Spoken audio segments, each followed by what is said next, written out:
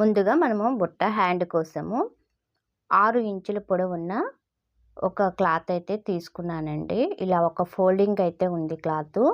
Folding నా వైపు ఉంది, ఓపెన్స్ మనకి ఎదురుగా ఉన్నాయి. అలాగే వెడల్పు 18 ఇంచులు తీసుకున్నాను.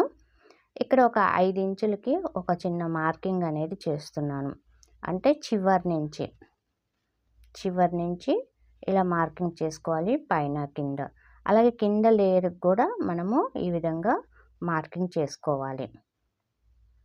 ఇలా మార్కింగ్ చేసుకున్న తర్వాత ఇప్పుడు మనము ఈ ఫోల్డింగ్లో ఉంది కదా, దీన్ని ఓపెన్ చేసేద్దాం.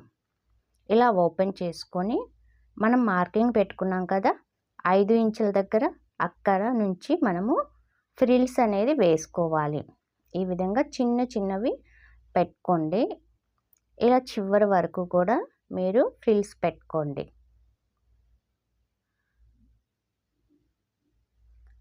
ఇలా పెట్టుకోవాలి. అదే విధంగా పైన కూడా మీరు ఫ్రిల్స్ అనేది పెట్టుకోవాలండి. ఫ్రెండ్స్, ఎవరైతే ఫస్ట్ టైం మన ఛానల్ని చూస్తున్నారో తప్పకుండా సబ్స్క్రైబ్ చేసుకొని ఛానల్కి సపోర్ట్ చేయండి. అలాగే వీడియో నచ్చితే ఒక లైక్ చేయండి. ఇలా ఫ్రిల్స్ పెట్టుకున్నాం కదా, ఇప్పుడు పై వైపు కూడా మనము పైన ఎలా పెట్టామో కింద వైపు కూడా అదే విధంగా పెడుతున్నానండి. చూడండి, ఈ విధంగా పెట్టుకోవాలి. కొంచెం లెగిచే క్లాత్ అయితే కనుక బుట్ట బాగా కనిపించాలి అనుకుంటే ఫ్రిల్స్ రివర్స్లో పెట్టుకోండి. అప్పుడు ఇంకా బాగా కనిపిస్తాయి అన్నమాట. ఈ విధంగా కూడా పెట్టుకోవచ్చు, మీ చాయిస్ అండి. అది రివర్స్లోనైనా సేమ్ ఒకే విధంగా పెట్టుకోవచ్చు. ఎగుడు దిగుడు ఏదైనా ఉంటే నీట్గా కట్ చేసేయండి. అంటే ఇటు సైడ్కు మళ్ళీ అటు సైడ్ కూడా ఫ్రిల్స్ ఏటైతే వేసామో అటు చుట్టూ కూడా మనం నీట్గా కట్ చేసుకోవాలి. వీడియోలో చూపిస్తున్నట్టుగా మీరు కూడా కట్ చేసేయండి. ఫ్రెండ్స్, ఎవరైతే ఫస్ట్ టైం మన ఛానల్ చూస్తున్నారో తప్పకుండా సబ్స్క్రైబ్ చేయండి. అలాగే బెల్ ఐకాన్ని ఆన్లో ఉంచండి. వీడియో నచ్చితే కనుక ఒక లైక్ చేయండి. ఇప్పుడు మనము బోర్డర్ ఏదైతే ఉందో ఆ బోర్డరు 6 ఇంచెస్ ఉందండి పొడవు. దానిని నేను ఇప్పుడు రాంగ్ సైడ్ పెట్టుకొని స్టిచ్చింగ్ అనేది చేస్తున్నాను. ఇలా ఈ చివరి నుంచి ఆ చివరి వరకు స్టిచ్చింగ్ అనేది చేసుకోవాలి.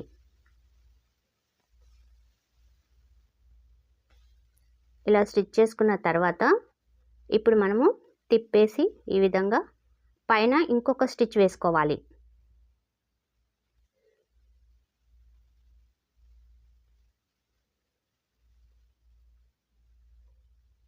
ఈ విధంగా స్టిచ్ వేసుకున్న తర్వాత ఇప్పుడు మనము హ్యాండ్ అనేది ఈ విధంగా ఉంది. దీనిని ఇట్లా రాంగ్ సైడ్ పెట్టుకొని దాని మీద లైనింగ్ పెట్టుకున్నాను. హ్యాండ్ షేప్ అనేది నేను ముందుగానే హ్యాండ్ అనేది లైనింగ్ మీద కట్ చేసుకోవాలండి. మనకి 10 ఇంచెస్ పొడవు, వెడల్పు వచ్చేటప్పటికి 9 ఇంచెస్ తీసుకున్నాను. ఆర్మ్ రౌండ్ వచ్చేటప్పటికి 7 ఇంచెస్ అండి. అలాగే మీ హ్యాండ్ లూజ్ ఎంత ఉందో అంత లూజ్ పెట్టుకోండి.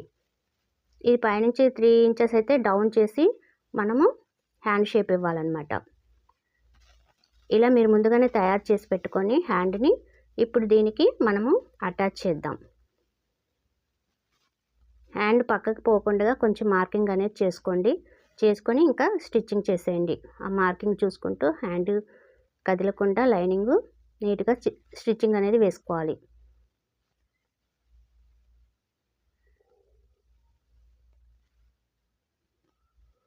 ఇలా స్టిచ్ చేసుకున్నాం కదా, అంటే పై వైపును మాత్రమే నేను స్టిచ్ చేసుకున్నాను. కింద చూడండి బోర్డర్ వైపు ఇప్పుడు 10 ఇంచెస్ ఉందో లేదో ఒకసారి టేప్తో చూసుకోండి. మనకి 10 ఇంచెస్ కావాలి కదా, 10 ఇంచెస్ ఉంది. ఇప్పుడు కొంచెం ఎగస్ట్రా ఉంది. ఆ ఎగస్ట్రాని నేను ఈ విధంగా మడిచేస్తున్నాను అనమాట. అంటే లైనింగు అది మొత్తం కూడా లోపలికి మడిచేసి దాని మీద ఒక స్టిచ్ వేస్తాను. కొంచెం క్లాత్ ఎక్కువ నాకు పర్వాలేదండి, తగ్గకుండా అయితే తీసుకోండి. ఎక్కువ ఉంటే ఈ విధంగా లోపలికి మడిచేసి మనం స్టిచ్ అనేది వేయొచ్చు. ఈ విధంగా మడత పెట్టుకొని పైనుంచి ఒక స్టిచ్ అయితే వేస్తున్నాను. ఫ్రెండ్స్, మీకు ఇలాంటి వీడియోస్ కావాలి అనుకుంటే మన ఛానల్ని సబ్స్క్రైబ్ చేయండి. అలాగే ఇలాంటి హ్యాండీ డిజైన్స్ కానీ బ్లౌజ్ డిజైన్స్ కానీ కావాలి అనుకున్న వాళ్ళు తప్పకుండా సబ్స్క్రైబ్ చేసుకొని బెల్ ఐకాన్ని ఆల్లో ఉంచండి. ఇప్పుడు నేను సైడ్ జాయింట్ అనేది చేస్తున్నాను. అంటే రెండు వైపులా సైడ్ జాయింట్ చేసుకోవాలి. ఇప్పుడు మనకి హ్యాండ్ అనేది రెడీ అయిపోయిందండి. చూడటానికి ఈ విధంగా ఉంటుంది. ఫ్రెండ్స్, వీడియో కనుక నచ్చితే కనుక ఒక లైక్ చేయటం మాత్రం మర్చిపోవద్దు. మీకు ఏదైనా డౌట్స్ ఉంటే కనుక కామెంట్ బాక్స్లో కామెంట్ పెట్టండి. Thanks for watching.